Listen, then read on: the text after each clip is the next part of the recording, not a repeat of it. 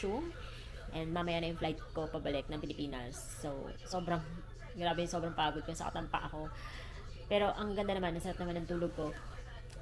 Nakapag-impahan na rin ako kagabi. So, unti na lang yung ayusin ko dito sa hotel. And then, ngayon, bababa ako to have breakfast. Kasi pagising ko kanina, nagutom ako. Nagising ako ng mga 6. Okay naman ang e-travel. Nakapag-check-in naman na tayo sa airline. Ihahatid na lang ako ng pinsan ko later kasi hindi kami nakapag-meet kasi may overtime siya today. So, sana ngayong umaga magkikita kami. Pero hindi siya nangyari. Ayun. And sana sa Kaohsiung International Airport may bilihan ng pasalubong kasi hindi ako, siguro bibili ako ng mga onting makakain na pwede kong dalhin sa Pilipinas. But for now, let's go down and kumain. Ako ng salad, tapos congee, tapos soup. Sausawan lang yun. Ito hindi ko alam eh. Parang mushroom ata yan. And then tofu with broccoli. And juice. Itadakimasu.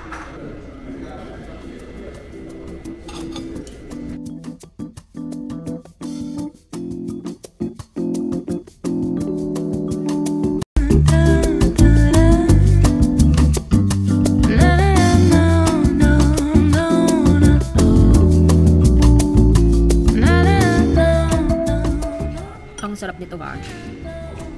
Hindi ko alam kung anong luto nito pero tokwa siya. Ang sarap. Walang amoy na parang malahat pa.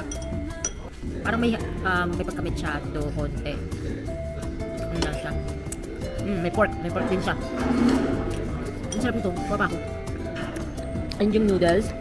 Alam mo pag pumunta ka ng 7-Eleven yung mga amoy na hot pot nga. Hindi siya ganun. Hindi ganun yung lasa niya.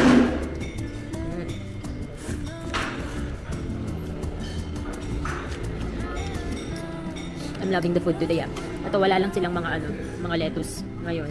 Fruits kasi baka fruits yung andito ngayon. But most of the dishes, siya, yung kagaya lang din nung isang araw nung kumain tayo dito. And the broccoli is fine. Medyo crunchy siya. Sarap. Happy ako sa food ko ngayon.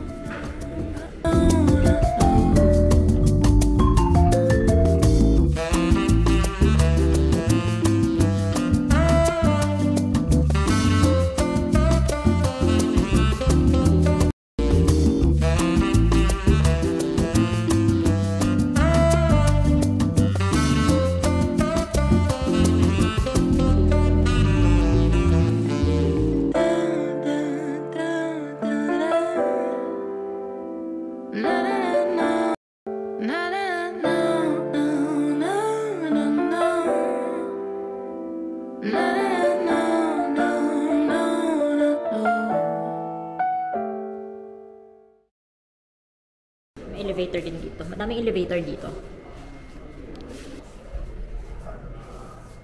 Oops. There's work. Yeah. Ayun. So, this is just a quick tour of the Sky One Hotel. So, for a price na 1,000 or lipas na ng konti sa 1,000 for a single room with no window. Kasi you have an option eh. Single room with window, single room without window, but has private CR. And then may double room din, may standard. Tapos, mayroong deluxe. Ililink ko na lang somewhere kung ano yung mga types of room nila. But ako yung nakuha ko, or yung nasama sa package ko with my flight is yung single room without window. Check-in time is 3 p.m. and then check-out is 11 a.m. Okay, check-out na tayo. Maliligo lang. And then check-out. And then meron ako nakita ang isang Catholic hotel. Sorry. Meron ako nakita ang Catholic na simbahan. Dito, malapit lang. So, puntahan natin yun. Okay.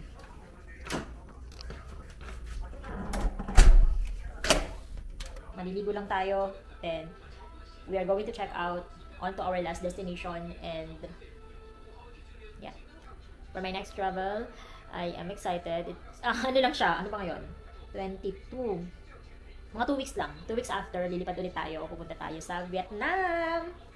But I'm still thinking, kasi ano tayo doon eh. 7 days tayo doon. I'm thinking of, I'm thinking na pumunta ng Sapa. pagkalan doon, tapos mag 2 days lang tayo doon, and then balik tayo na, travel na tayo sa Hanoi. Nire-research ko pa, I know na from the airport, may bus, or ano, hindi bus, pwede ka mag-book ng private tour mo. I mean, pwede ka mag-book ng private car para pumunta diretso sa Sapa. I think mga 5 or mga 6 hours lang yung biyahe. So yun, and gabi naman yun, so at least pwede ka matulog habang papunta kayo ng Sapa para pagising mo, ay, madaling araw or morning na ng Sapa. Saturday, Sunday, dun tayo. Sunday ng gabi, babalik tayo puntang Hanoi so that we can explore Hanoi naman. I'm excited dun sa trip na yun. Let me just share na kung saan ko yung budget ko na panggastos dito. Nung andito na ako hindi ko sinama din yung pagbili ng flight and yung pagbook ng hotel nito. So yung pocket money ko is nanggaling sa how do I say this? May insurance kasi ako. So part of my insurance, naka-invest sa bonds. Tapos nagkaroon na siya ng interest or lumaki na siya. So ayun, pwede ka kasi magkaroon ng mag-partial withdrawal doon. So nag-partial withdrawal ako ng 10,000 para magamit ko dito sa trip na to. So yun lang talaga yung budget ko for this trip. 13,000 pala, 13,000. Tapos, yun na lang yung max na pwede kong magastos dito sa trip ko, dito sa Kaohsiung. And meron pa naman ako natitira. So, ayun lang. Siguro, one of the things that I can suggest is, kung gusto mo talaga mag-travel, pwede ka naman kumuha or kumart kung kagaya kayo na meron akong insurance kasi. Tapos, di ba, in-invest siya ng FA ko sa bonds din. Tapos, tumubo na siya. Yun, kumurot ako ng konti. Nakakatawa kasi ilang taon na ba ako nag-insurance? 4 years na ata. Tapos, ang tumubo or lumaki na siya into last time I checked is 55. So, 55,000 na siya. Ano yun, bukod yun sa, of course, sa coverage ko, like yung accidental, health, and all, and that insurance part of it. So, ayun. Nakakatawa lang talaga yung FA ko na yun kasi magaling siya magplano, magaling siya mag-suggest, hindi lang siya nagsasuggest para lang makapag-suggest or makagkaroon ng commission. But, yeah, choose an accountant if you would like to get her service and get her opinion kung ano yung insurance na para sa'yo.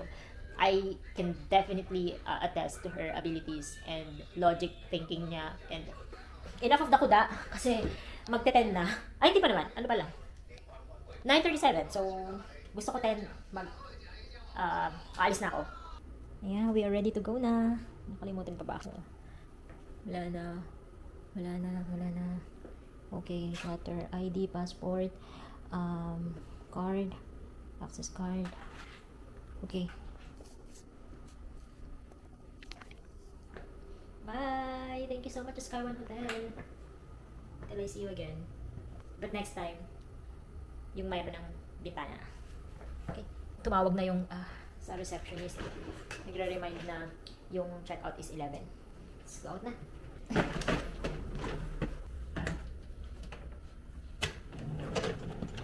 Yung card.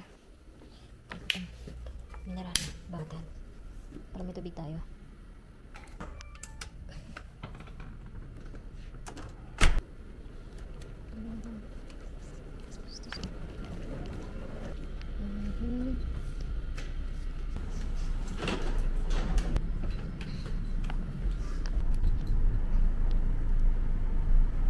Black.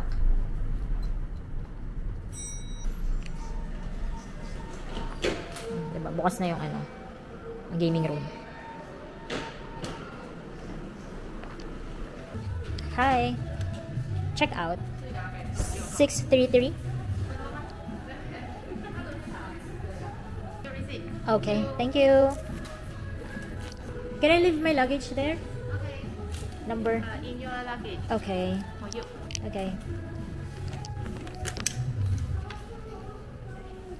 Thank you. Thank you. Much for your number. Okay. Now, we are going to that basilica na Catholic Church na nakita ko lang. Okay. Sige, search ko muna. And then, pag andun na ako, saka ko papakita yung church. Ang ganda ng church eh. Ayan, narating ko na rin yung basilica.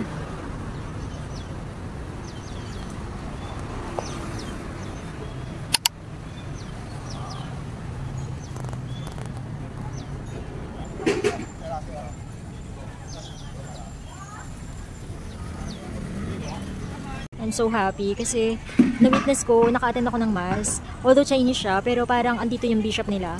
So, may mass, tapos may onting kain. Ewan ko kung ganyan talaga o dahil lang andito yung parang bishop nila. Kaya, may kainan. Pero ang saya. I feel blessed.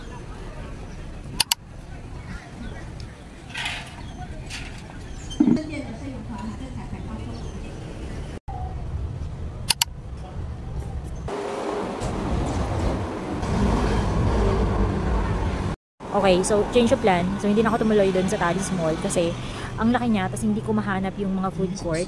I mean, may mga pagkain, pero ang mamahal, tapos yung serving ang liliit. So I don't think masasatisfy yung craving ko doon. So pauwi, may nakita akong parang Japanese or anong restaurant to. Tapos may nakita ako, yan o, Fukuoka Ramen. So yun na lang yung bibili natin.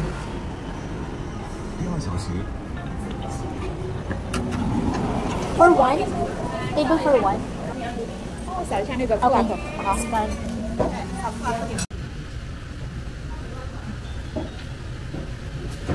Once na naka-order ka na, ayun, maglalabas na ng QR code para sa payment later.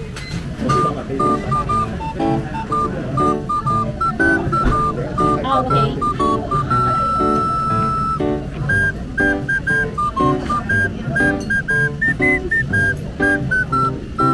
So apparently I have to pay. So diba sabi ko, i-scan yung order doon. So after nun, kailangan mo siyang bayaran. Akala ko, isi-serve na lang. And then after nun, pwede ko bayan. Pero may kiosk sila doon. I-scan nila yung QR code after mo mag-check out ng order. And then sa kanila isi-serve. And siguro, most of the customers kasi meron namang app, line app or line pay. They can pay right ka na. Eh wala ako doon. So, helpful ng Google Translate. Give my voice. Pinapakinig ko sa kanila kung ano yung gusto ko sabihin.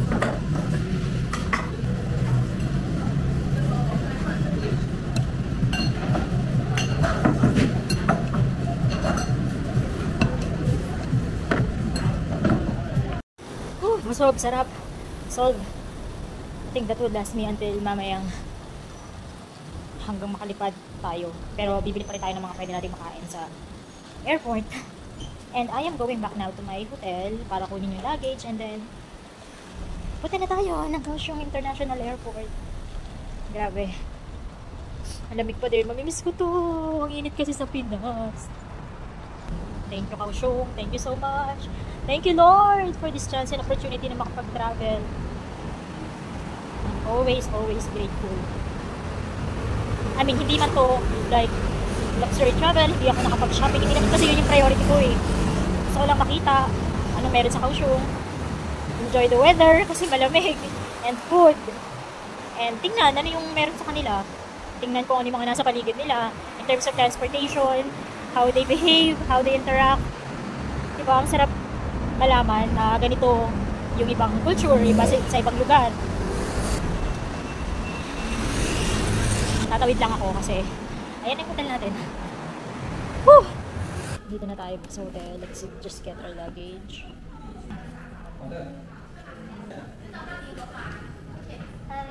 I'll get my luggage. Here. Thank you. I enjoy my stay here. See you. Thank you. Alright. Going back to the Philippines with a hand carry, a small bag, a jacket, and full of memories. Exit 6 from Kaohsiung International Airport Station. Exit 6 papuntang International Terminal. Arrival, departure.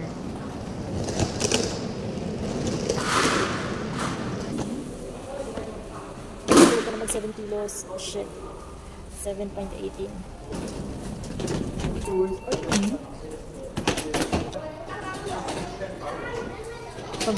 Paglabas ng elevator. Meron naman dito domestic and then okay, international departure.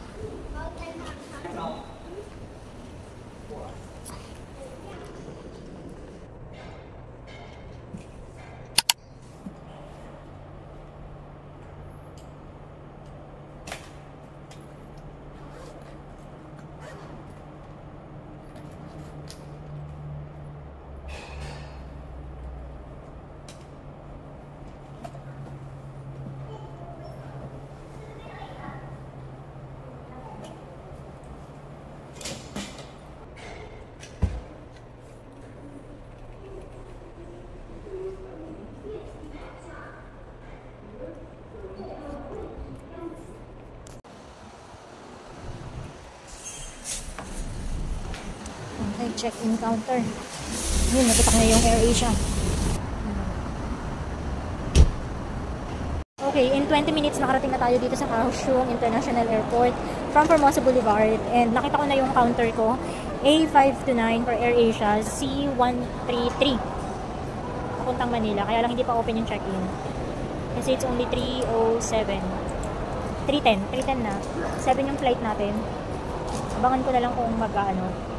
Pero hindi ko malaman kung ano ibig sabihin ng mga numbers below the time. AirAsia Z2133 Manila 7 PM 25. Ano yung 25? Hindi ko alam kung ano yung ano eh. Tapos nakalagay on time. Tapos yung iba check-in. So pag may nagpalit yung from on board to check-in, ibig sabihin open yung check-in counter. Let me nakakasagot na sila. Ito na naman ako eh. Z2133 Manila A529. Okay, sige. Where's A? Ay, 8:12 to 8:20 yan. Tanong ako, at least 2 hours daw mag-open na yung check-in. Sana wag naman 2 hours, 5 pa yun. Gusto ko magbubad, nainitan ako.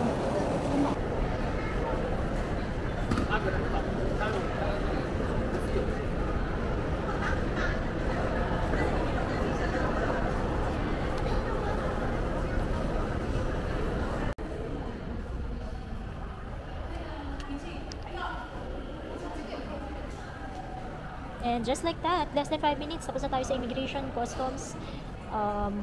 4:25 pa lang, 6:30 tayo mag-start mag-boarding. And papunta na ako sa gate. Tinatry ko pa kung makakahanap ako ng mga pwede kong mabilhan, like mga candy, chocolate, na pwede kong ipampasalubong.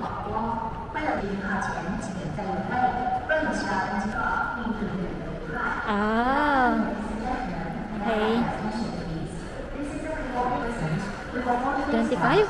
So, 6:25, start ng boarding ko.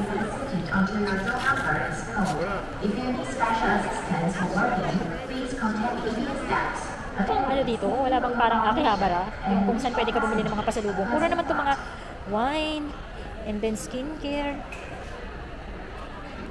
Burberry, Gucci. Ayun, nakita ko na yung gate natin. Boarding gate. 25. This is 22. So kanina di ba tinatanong ko doon nung tinitingnan ko sa information ng flight kung ano yung 25 sa baba ng time. So 25 is boarding gate pala yun. Di ba sa board, sa information, andun yung airline, ano yung flight number, tapos kung anong time. Tapos sa baba ng time may nakalagay na number 25. So ibig sabihin pala gate 25. Okay. Hala, wala. Mga luggage naman to. Wala kang mabibiling pasalubong. 25. Or baka naman meron dito. Hanap tayo.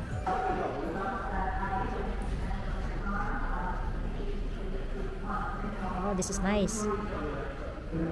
Look at that.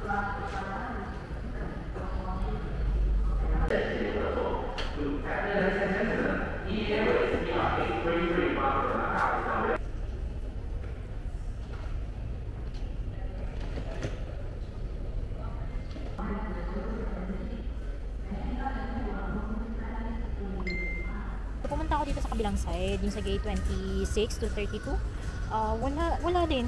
Andito din yung mga kung ano nakita ko doon, yung travel plus, yung bilihan ng luggage and bag, tapos may mga toys din. Tapos yung yung bilihan ng mga Taiwan agricultural product, yung average ba yun? Meron din dito sa kabilang side, so parang wala namang pinagkaiba. I thought merong kakaibang store. So kung ano lang yun dun sa kabilang gate, andito rin. Meron siyang mga Coach, Gucci, Dior, yung mga bags, tapos mga branded or high-end na makeup. Meron din dito. Bilihan ng watch and jewelry. Ito. Diba? Same lang. Kung ano meron sa kabila, meron din dito. Walang ganong pagkain, walang bilihan. Hindi kagaya sa Japan. Diba sa Japan merong Akihabara? Kung saan pwede kang bumili ng mga kutkutin, tapos pasalubong chocolate, ganun. Ito wala. Luxury bag, tapos mga alak and wine. Ayun lang. Tapos nag-ask ako dun kay ate sa may information, dun sa may gate ko, kung merong Starbucks or anything na pwedeng mainuman or mga chat time or ano ba, cocoa, wala daw. Doon daw sa labas pagkatapos ng, or before mag-immigration and security. Eh, ayun, nakalagpas na tayo ng security and immigration eh. So, malinis yung Kaohsiung International Airport, maraming CR, and then yung mga basurahan, maayos, malinis. May mga basurahan naman sa mga designated area. Wala naman akong so far napapansin. May mga charging points, may mga charging ports din na available. Sige. Since hindi ko na nadala yung mineral bottle para sana mag-refill ng water dito, bibili na lang ako ng inumin. But if you have tumbler or yung, alam niyo yung cup na natutupi, yun, pwede kayo magdala nun para at least, di ba, save sa space sa luggage mo. Tapos kanina pala sa immigration, yung mas pinili ko is yung e-gate, contactless na immigration, like i-ano mo lang, yung nasa likod ko na yan, ayan.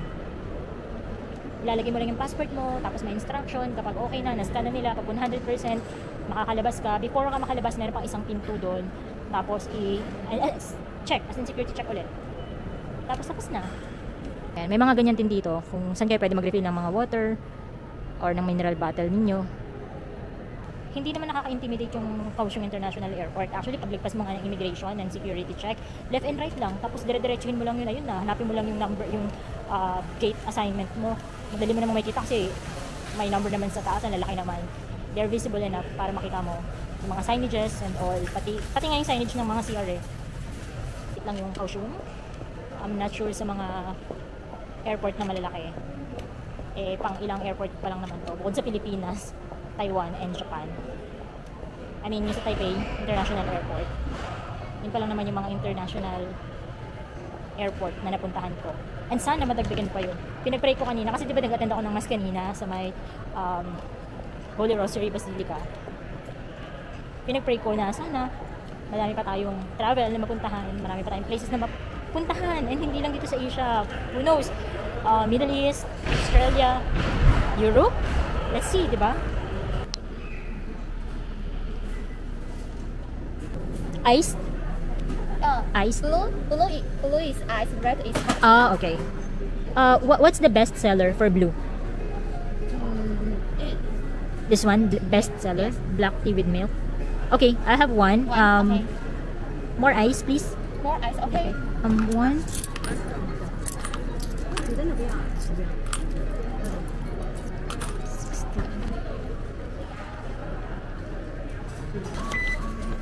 Thank you.